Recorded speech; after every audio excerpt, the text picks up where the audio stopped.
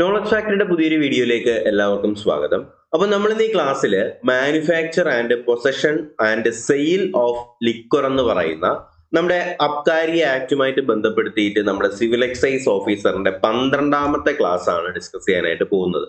അപ്പോൾ കഴിഞ്ഞ ക്ലാസ് വരെയുള്ള കാര്യങ്ങൾ നിങ്ങൾക്കെല്ലാം ഓക്കെ ആണ്, എല്ലാവരും ക്ലാസ്സിന് തന്നെ കാര്യങ്ങളെല്ലാം പഠിച്ചു പോകുന്നുണ്ട് എന്ന് തന്നെ പ്രതീക്ഷിക്കുകയാണ്.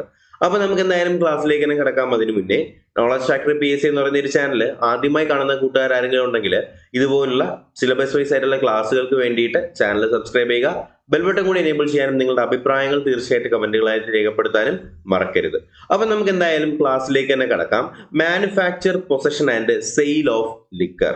അപ്പൊ ഇതിൽ ആദ്യം നമുക്ക് പഠിക്കാനുള്ളത് മദ്യത്തിന്റെ നിർമ്മാണം, കൈവശം വയ്ക്കൽ, അതിന്റെ വിൽപ്പന, അതുപോലെ തന്നെ മദ്യത്തിന്റെ അല്ലെങ്കിൽ മറ്റ് ലഹരി പദാർത്ഥങ്ങളുടെയും നിർമ്മാണം നിരോധിച്ചിരിക്കുന്ന സെക്ഷൻ ഏതാണെന്ന് ചോദിച്ചാൽ അത് സെക്ഷൻ 12 ആണെന്ന് അറിഞ്ഞിരിക്കുക. വളരെ പ്രധാനപ്പെട്ട സെക്ഷൻസ് ആണ് നമ്മൾ ഇന്ന് ഈ വീഡിയോയിൽ പഠിക്കുന്നത്.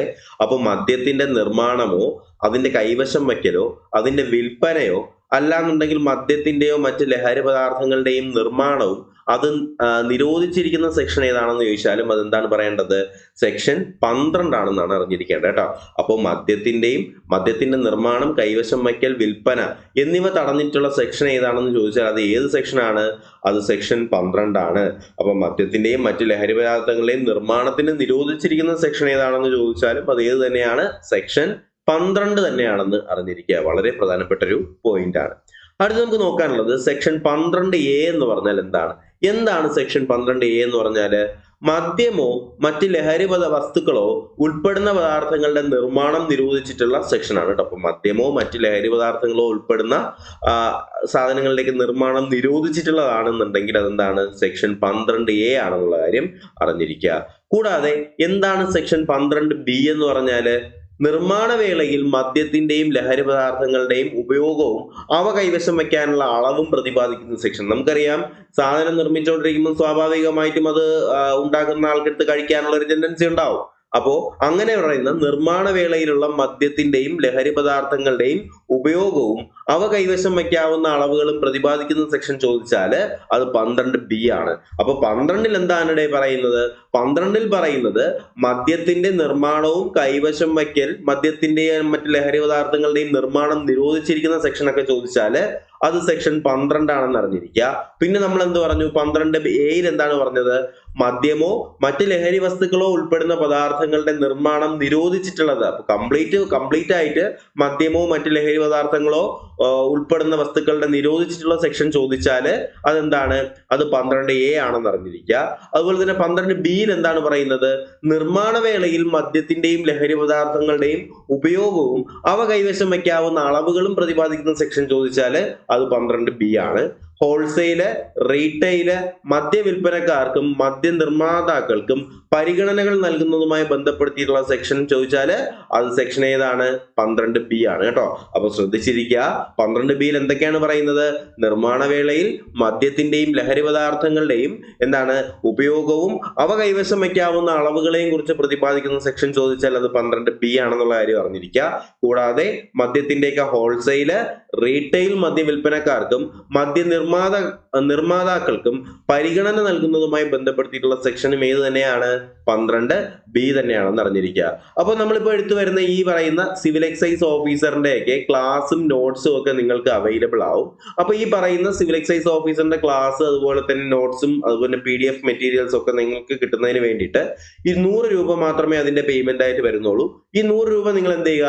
ഈ നമ്പറിലേക്ക് വാട്സപ്പ് അല്ലെങ്കിൽ ഈ നമ്പറിലേക്ക് ഗൂഗിൾ പേ അല്ലെങ്കിൽ ഫോൺ പേ ചെയ്ത് പേയ്മെന്റ് ചെയ്ത ശേഷം ഇതേ നമ്പറിലേക്ക് തന്നെ വാട്സപ്പ് ചെയ്യുക. വാട്സപ്പ് ചെയ്യുമ്പോൾ നിങ്ങൾ എക്സൈസ് ഒന്നുകൂടി ടൈപ്പ് ചെയ്തിട്ട് ആ സ്ക്രീൻഷോട്ട് അയക്കേണ്ടതാണ്. അങ്ങനെ അയക്കുമ്പോൾ നിങ്ങൾ എന്ത് ചെയ്യും? നമ്മുടെ കോഴ്സ് ഗ്രൂപ്പിലേക്ക് ആഡ് ചെയ്യും. ആ കോഴ്സ് ഗ്രൂപ്പിൽ നിങ്ങൾക്ക് ഇന്നത്തെ ക്ലാസ്സിന്റെ PDF ഇന്ന് തന്നെ അവൈലബിൾ ആയിരിക്കും. കൂടാതെ പ്രീവിയസ്ലി നടന്ന ക്വസ്റ്റ്യൻസും കാര്യങ്ങളൊക്കെ നമ്മൾ ഡിസ്കസ് ചെയ്യുന്നതായിരിക്കും കേട്ടോ. അപ്പൊ നമ്പർ ഒന്ന് ശ്രദ്ധിക്കുക: 9961616972 കേട്ടോ. അപ്പൊ ഈ ഒരു നമ്പറിലേക്കാണ് നിങ്ങൾ പേയ്മെന്റ് ചെയ്യേണ്ടത്. ഇതേ നമ്പറിലേക്ക് തന്നെ നിങ്ങൾ എന്ത് ചെയ്യുക? സ്ക്രീൻഷോട്ട് അയക്കുക, നിങ്ങൾ ഗ്രൂപ്പിലേക്ക് ആഡ് ചെയ്യുന്നതായിരിക്കും. ഓക്കെ. അപ്പോ നമ്മുടെ എക്സൈസ് ഓഫീസർ പരീക്ഷ എഴുതാൻ പോകുന്ന എല്ലാ കൂട്ടുകാരും ഇപ്പോൾ തന്നെ എന്ത് ചെയ്യുക? ജോയിൻ ചെയ്യുക. ഇപ്പൊ തന്നെ ഏകദേശം 2000-ൽ കൂടുതൽ ആൾക്കാർ നമ്മുടെ ഗ്രൂപ്പിനകത്ത് ഉണ്ട്. ഓക്കെ. അപ്പൊ നമുക്ക് അടുത്ത പോയിന്റിലേക്ക് കിടക്കാം. സെക്ഷൻ 18A എന്ന് പറഞ്ഞാൽ എന്താണ്? അപ്പൊ നമുക്ക് നോക്കാം നമ്മുടെ അബ്കാരി ആക്ടിലെ 18A പറയുന്നത് എന്താണ്? മദ്യനിർമ്മാണം, വിൽപ്പന, സംഭരണം എന്നിവയ്ക്കായിട്ട് ഭൂമി നൽകിയാൽ ലഭിക്കുന്ന ശിക്ഷകളെ പറ്റി പരാമർശിച്ചിട്ടുള്ള സെക്ഷൻ ചോദിച്ചാൽ 18A ആണെന്ന് അറിഞ്ഞിരിക്കുക. അപ്പൊ എന്താണ് 18A പറയുന്നത്? മദ്യനിർമ്മാണത്തിനോ വിൽപ്പനയ്ക്കോ സംഭരണത്തിനോ വേണ്ടിയിട്ട് ഭൂമി നൽകിയാലുള്ള ശിക്ഷകളെ കുറിച്ച് പറയുന്ന സെക്ഷൻ ചോദിച്ചാൽ അത് 18A ആണ് കേട്ടോ. അപ്പൊ ഭൂമി നൽകിയാൽ 18ന്റെ പണി കിട്ടും കേട്ടോ. അപ്പൊ ഭൂമി നൽകിയാൽ മദ്യനിർമ്മാണത്തിനും മദ്യത്തിന്റെ വിൽപ്പനയ്ക്കും സംഭരണത്തിനും ഒക്കെ ഇല്ലീഗലായിട്ട് നിയമവിരുദ്ധമായിട്ട് ഭൂമി നൽകിയാൽ ലഭിക്കുന്ന ശിക്ഷകളെ കുറിച്ച് പരാമർശിച്ചിട്ടുള്ളത് 18A അബ്കാരി ആക്ടിലെ 18A കാര്യം അറിഞ്ഞിരിക്കുക. സെറ്റല്ലേ? അടുത്ത നമുക്ക് നോക്കേണ്ടത് സെക്ഷൻ 64A എന്ന് പറഞ്ഞാൽ എന്താണ്?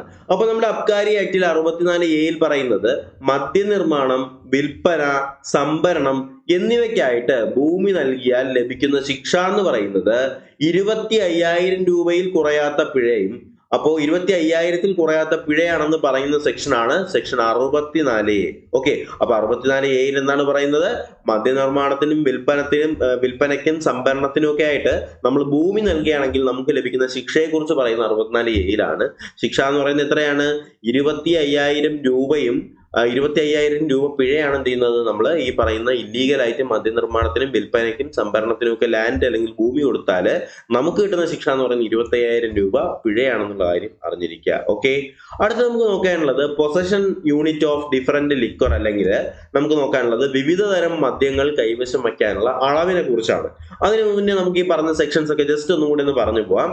മദ്യത്തിന്റെ നിർമ്മാണം, മദ്യത്തിന്റെ കൈവശം വയ്ക്കൽ, വിൽപ്പന എന്നിവയെ കുറിച്ചൊക്കെ പറയുന്ന സെക്ഷൻ ചോദിച്ചാൽ അത് സെക്ഷൻ 12 ആണെന്നുള്ള കാര്യം അറിഞ്ഞിരിക്കുക. എന്നാൽ 12A എന്താണ് പറയുന്നത്? മദ്യമോ മറ്റ് ലഹരി വസ്തുക്കളോ ഉൾപ്പെടുന്ന പദാർത്ഥങ്ങളുടെ നിർമ്മാണം നിരോധിച്ചിട്ടുള്ളതാണെങ്കിൽ അത് ഏതാണ്? 12A നിരോധിച്ചിട്ടുള്ളത്. 12B എന്താണ് പറയുന്നത്? മദ്യനിർമ്മാണ വേളയിൽ മദ്യത്തിന്റെയും ലഹരി പദാർത്ഥങ്ങളുടെയും ഉപയോഗവും അവ കൈവശം വയ്ക്കാവുന്ന അളവുകളെയും കുറിച്ച് പ്രതിപാദിക്കുന്നത് 12B പറഞ്ഞു.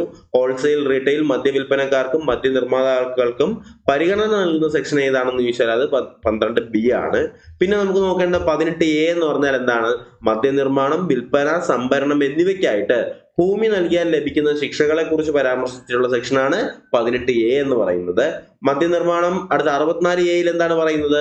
മദ്യനിർമ്മാണത്തിനും വിൽപ്പനയ്ക്കും സംഭരണത്തിനും ഒക്കെ ആയിട്ട് ഇല്ലീഗലായിട്ട് ലാൻഡ് നൽകുകയാണെന്നുണ്ടെങ്കിൽ നമുക്ക് 25,000 രൂപ പിഴ കിട്ടുമെന്ന് പറയുന്നത് 64A. ഓക്കെ അല്ലേ? അപ്പൊ ഇത്രയും പറഞ്ഞ കാര്യങ്ങൾ ഓക്കെ ആണെന്നുണ്ടെങ്കിൽ വീഡിയോ ഒന്ന് ലൈക്ക് ചെയ്തേ. ചാനൽ ഇതുവരെ സബ്സ്ക്രൈബ് ചെയ്യാതെ കാണുന്ന ആരെങ്കിലും ഉണ്ടെങ്കിൽ ചാനലിലോട്ട് സബ്സ്ക്രൈബ് ചെയ്യുക. നിങ്ങളുടെ കൂട്ടുകാരിലേക്ക്, എക്സൈസ് പഠിക്കുന്ന നിങ്ങളുടെ കൂട്ടുകാരിലേക്ക് കൂടി എന്ത് ചെയ്യുക? നമ്മുടെ ഈ ഒരു വീഡിയോ ഒന്ന് ഷെയർ ചെയ്ത് എത്തിച്ചു കൊടുക്കുക കേട്ടോ. അപ്പൊ നമുക്ക് നോക്കാം വിവിധ തരം മദ്യങ്ങൾ കൈവശം വയ്ക്കുന്നതിനുള്ള അളവ്. ഇത് സ്ഥിരമായി നമ്മുടെ എക്സൈസ് പരീക്ഷയ്ക്ക് ചോദിക്കുന്നതാണ്. ശ്രദ്ധിക്കുക, 2012 ഫെബ്രുവരി 10 കേരള സർക്കാർ പുറപ്പെടുവിപ്പിച്ച വിജ്ഞാന പ്രകാരം ഒരു വ്യക്തിക്ക് കൈവശം വയ്ക്കാവുന്ന മദ്യത്തിന്റെ അളവ് എത്രയാണെന്ന് ചോദിച്ചാല്, അപ്പൊ ഇതിന്റെ വിജ്ഞാപനം പുറത്തു വരുന്ന ഡേറ്റ് കൂടി നിങ്ങളൊന്ന് ശ്രദ്ധിച്ചേക്കുക. 2012 ഫെബ്രുവരി 10 അതിന്റെ വിജ്ഞാപനം വരുന്നത്. ആ ഒരു അളവുകൾ നിങ്ങളൊന്ന് ശ്രദ്ധിക്കുക. ഒരു വ്യക്തിക്ക് എത്ര കള്ള് കൈവശം വയ്ക്കാൻ പറ്റും? നിയമപരമായിട്ട് 1.5 ലിറ്റർ കള്ള് നമുക്ക് കൈവശം വയ്ക്കാം. അതുപോലെ തന്നെ ഇന്ത്യൻ നിർമ്മിത വിദേശ മദ്യമാണ് അല്ലെങ്കിൽ IMFL Indian made foreign liquor ആണെന്നുണ്ടെങ്കിൽ അത് നമുക്ക് 3 ലിറ്റർ വരെ കൈവശം വയ്ക്കാൻ പറ്റും. ബിയർ ആണെന്നുണ്ടെങ്കിൽ 3.5 ലിറ്റർ കൈവശം വയ്ക്കാൻ പറ്റും. വൈൻ ആണെന്നുണ്ടെങ്കിലും 3.5 ലിറ്റർ കൈവശം വയ്ക്കാൻ പറ്റും. വിദേശ മദ്യമാണെങ്കിലോ വിദേശ നിർമ്മിത വിദേശ മദ്യം ഫോറിൻ മെയ്ഡ് ഫോറിൻ ലിക്കർ ആണെന്നുണ്ടെങ്കിൽ 2.5 ലിറ്റർ കൈവശം വയ്ക്കാൻ പറ്റത്തുള്ളൂ. കോക്കോ ബ്രാൻഡി ആണെന്നുണ്ടെങ്കിൽ അത് 1 ലിറ്റർ മാത്രമേ കൈവശം വയ്ക്കാൻ പറ്റത്തുള്ളൂ. ആ ഒരു അളവ് ശ്രദ്ധിക്കുക. കള്ള് 1.5 ആണ്, കോക്കോ ബ്രാൻഡി 1 ലിറ്റർ ആണ്. പിന്നെ അതിനുശേഷം അളവിൽ കുറവുള്ളത് വിദേശ നിർമ്മിത വിദേശ മദ്യം 2.5 ലിറ്റർ മാത്രമേ കൈവശം വയ്ക്കാൻ പറ്റത്തുള്ളൂ. ഇന്ത്യൻ നിർമ്മിത വിദേശ മദ്യം 3 ലിറ്റർ മാത്രമേ കൈവശം വയ്ക്കാൻ പറ്റത്തുള്ളൂ. ബിയറും വൈനും നമുക്ക് എന്ത് ചെയ്യാം? 3.5 ലിറ്റർ കൈവശം വയ്ക്കാം കേട്ടോ. 3.5 ലിറ്റർ ബിയറും വൈനും കൈവശം വയ്ക്കാനായിട്ട് കഴിയും. അപ്പൊ ഇത്രയും പറഞ്ഞ പോയിന്റുകൾ നിങ്ങൾ വ്യക്തമായി പഠിച്ചു വെച്ചേക്കുക. ഈ അളവും കാര്യങ്ങളൊക്കെ സ്ഥിരമായി പരീക്ഷയ്ക്ക് ചോദിക്കുന്നതാണ്. ഒന്നും കൂടി, അളവിൽ ഏറ്റവും കുറവ് കൈവശം വയ്ക്കാൻ പറ്റുന്ന കൊക്കോ ബ്രാൻഡിയാണ്. 1 ലിറ്റർ കൊക്കോ ബ്രാൻഡി മാത്രമേ കൈവശം വയ്ക്കാൻ പറ്റത്തുള്ളൂ. 1.5 ലിറ്റർ കള്ള് കൈവശം വയ്ക്കാം. 3 litre Indian made foreign liquor കൈവശം വയ്ക്കാൻ പറ്റും. 2.5 ലിറ്റർ വിദേശ നിർമ്മിത വിദേശ മദ്യം കൈവശം വയ്ക്കാൻ പറ്റും. 3 ലിറ്റർ ഇന്ത്യൻ നിർമ്മിത വിദേശ മദ്യം കൈവശം വയ്ക്കാൻ പറ്റും. പിന്നെ ബിയറും വൈനും വേണമെങ്കിൽ കുറച്ച് കൂടുതൽ അളവ് എന്ന് പറയുമ്പോൾ 3.5 ലിറ്ററോളം ബിയറും വൈനും നമുക്ക് കൈവശം വയ്ക്കാനുള്ള അധികാരം കേരള സർക്കാർ തരുന്നുണ്ട്. അപ്പൊ ഇത്രയും കാര്യങ്ങൾ നിങ്ങൾ എന്ത് ചെയ്യുക? ഈ പറയുന്ന മദ്യം കൈവശം വയ്ക്കാനുള്ള അധികാരവുമായിട്ട് ബന്ധപ്പെടുത്തിയിട്ട് ശ്രദ്ധിച്ചിരിക്കുക. ഇനി നമുക്ക് നോക്കാനുള്ളത് age for possession of conception of liquor ആണ് കേട്ടോ. എന്ന് വെച്ചാല് മദ്യം ഉപയോഗിക്കാനും കൈവശം വയ്ക്കാനുമുള്ള പ്രായപരിധി എത്രയാണ്? ഇതും സ്ഥിരമായിട്ട് ചോദിച്ചു വരുന്ന പ്രീവിയസ് ക്വസ്റ്റ്യൻ ആണ്, ശ്രദ്ധിച്ചിരിക്കുക. അബ്കാരി ആക്ട് 1077 പ്രകാരം എത്ര വയസ്സിന് മുകളിൽ പ്രായമുള്ളവർക്ക് മദ്യം ഉപയോഗിക്കാമെന്ന് ചോദിച്ചാൽ 23 വയസ്സിനും മുകളിൽ പ്രായമുള്ളവർക്കേ മദ്യം ഉപയോഗിക്കാനുള്ള അധികാരമുള്ളൂ കേട്ടോ. അബ്കാരി ആക്ട് 1077 പ്രകാരം 23 വയസ്സിന് മുകളിൽ പ്രായമുള്ളവർക്ക് മാത്രമേ മദ്യം ഉപയോഗിക്കാനുള്ള അധികാരമുള്ളൂ. 23 വയസ്സിന് താഴെ പ്രായമുള്ളവർ മദ്യം ഉപയോഗിക്കുന്നത് നിരോധിച്ചിട്ടുള്ള അബ്കാരി ആക്ടിലെ സെക്ഷൻ വളരെ ഇമ്പോർട്ടന്റ് ആണ്. 15A പ്രകാരമാണ് എന്ത് ചെയ്യുന്നത്? അബ്കാരി ആക്ട് 1077 15A പ്രകാരമാണ് 23 വയസ്സിന് താഴെ പ്രായമുള്ളവർക്ക് മദ്യം ഉപയോഗിക്കുന്നത് നിരോധിച്ചിട്ടുള്ളത് 15A പ്രകാരമാണ്. എന്നാൽ 25 വയസ്സിന് താഴെ പ്രായമുള്ളവർക്ക് മദ്യം വിൽക്കുന്നത് നിരോധിച്ചിട്ടുള്ളതാണെന്നുണ്ടെങ്കിൽ അത് 15B ആണ്. അപ്പോൾ മദ്യം ഉപയോഗിക്കുന്നത് നിരോധിച്ചിട്ടുള്ളത് 15Aയും മദ്യം വിൽക്കുന്നത് നിരോധിച്ചിട്ടുള്ളത് 15Bയുമാണ്, ശ്രദ്ധിച്ചിരിക്കുക.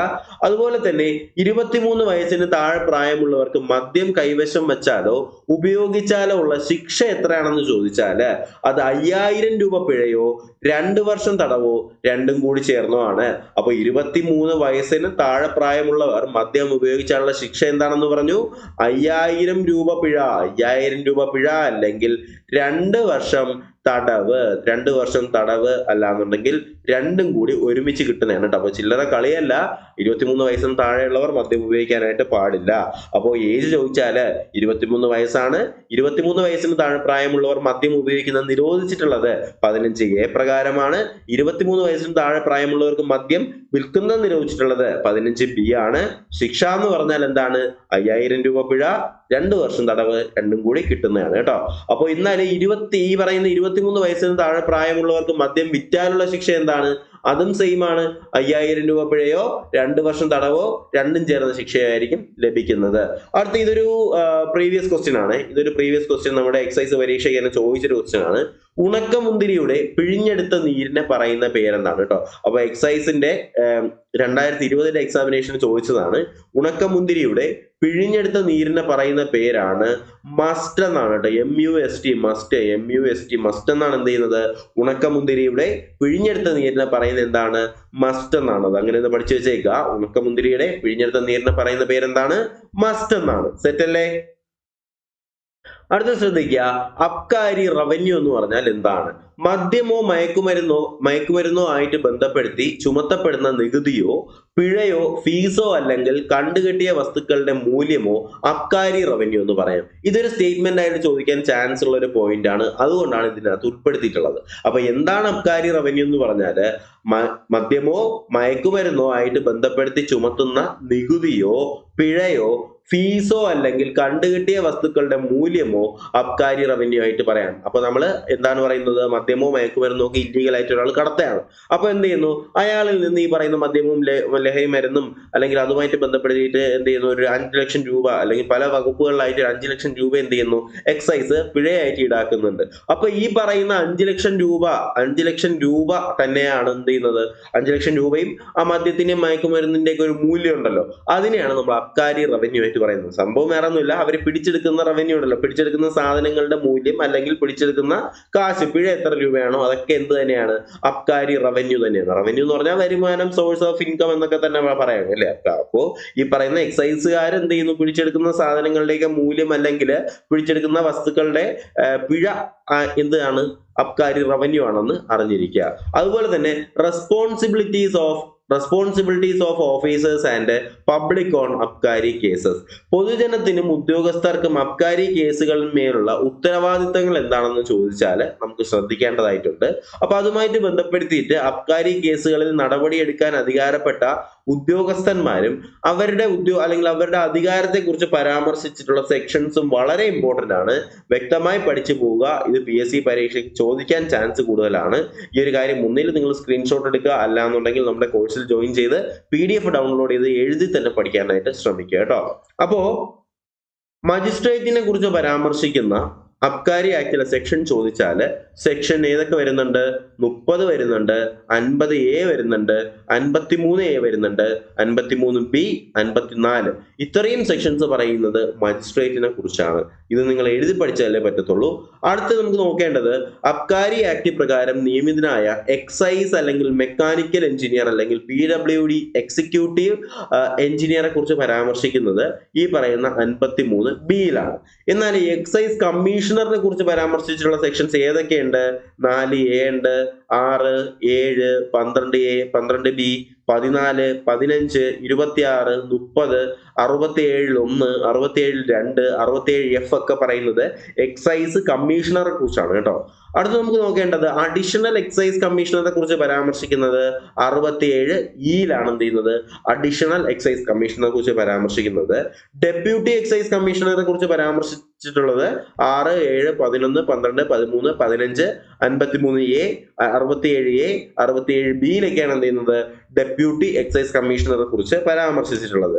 എന്നാൽ സർക്കിൾ ഇൻസ്പെക്ടർ അല്ലെങ്കിൽ എക്സൈസ് ഇൻസ്പെക്ടറിനെ കുറിച്ച് പറയുന്നത് 11-ലും 27-ലും 30A-ലും 40 തൊട്ട് 53 വരെയും എന്താണ് ചെയ്യുന്നത്? സർക്കിൾ ഇൻസ്പെക്ടറിനെ കുറിച്ചാണ് പരാമർശിച്ചിട്ടുള്ളത്. പ്രിവെന്റിംഗ് ഓഫീസറിനെ അല്ലെങ്കിൽ പ്രിവെന്റീവ് ഓഫീസറിനെ കുറിച്ച് പരാമർശിച്ചിട്ടുള്ളത് 31, 32, 34, 35, 38, 39, 53 എന്നീ സെക്ഷൻസിലാണ് പ്രിവെന്റീവ് ഓഫീസറിനെ കുറിച്ച് പരാമർശിച്ചിട്ടുള്ളത്. സിവിൽ എക്സൈസ് ഓഫീസർ, ശ്രദ്ധിക്കുക, അബ്കാരി ആക്ടിൽ സിവിൽ എക്സൈസ് ഓഫീസറെ കുറിച്ച് പരാമർശിച്ചിട്ടുള്ളത് 34, 35, 38, 39, 53 കേട്ടോ. അപ്പൊ ഇത്രയും സെക്ഷൻസിൽ പരാമർശിച്ചിട്ടുള്ളത് നമ്മുടെ സിവിൽ എക്സൈസ് ഓഫീസർ ആണ്. ഓക്കെ, അപ്പൊ ഈ പറയുന്ന സാധനങ്ങൾ നിങ്ങൾ ഒന്നിൽ എഴുതി വെക്കുക. അല്ലാന്നുണ്ടെങ്കിൽ നിങ്ങൾ എന്ത് ചെയ്യുക? നമ്മുടെ കോഴ്സിലോട്ട് ജോയിൻ ചെയ്ത് നോട്ടുകൾ ഡൗൺലോഡ് ചെയ്ത് പഠിക്കാനായിട്ട് ശ്രമിക്കുക. അപ്പൊ ഇത്രയും കാര്യങ്ങളാണ് നമ്മൾ ഈ സിവിൽ എക്സൈസ് ഓഫീസറിനെ 12ാമത്തെ ക്ലാസ്സിൽ ഡിസ്കസ് ചെയ്യാനായിട്ട് ഉദ്ദേശിച്ചത്. അപ്പൊ നിങ്ങൾക്ക് നാളെ എന്ന് പറയുമ്പോൾ നാളെ തന്നെ നമ്മുടെ സിവിൽ എക്സൈസ് ഓഫീസറിന്റെ അബ്കാരി ആക്ടുമായിട്ട് ബന്ധപ്പെടുത്തിയിട്ടൊരു മോഡൽ എക്സാം അല്ല, ചെറിയൊരു മോക്ക് ടെസ്റ്റ് അറേഞ്ച് ചെയ്യാം. ഒരു മോക്ക് ടെസ്റ്റ് അറേഞ്ച് ചെയ്യാം. അപ്പൊ മോക്ക് ടെസ്റ്റിന്റെ ബാക്കി കാര്യങ്ങളൊക്കെ നമുക്ക് യൂട്യൂബിൽ തന്നെ കാണാനായിട്ട് കഴിയും. PDF നമ്മുടെ ടെലിഗ്രാം ചാനലിലായിരിക്കും ഉണ്ടാവുക.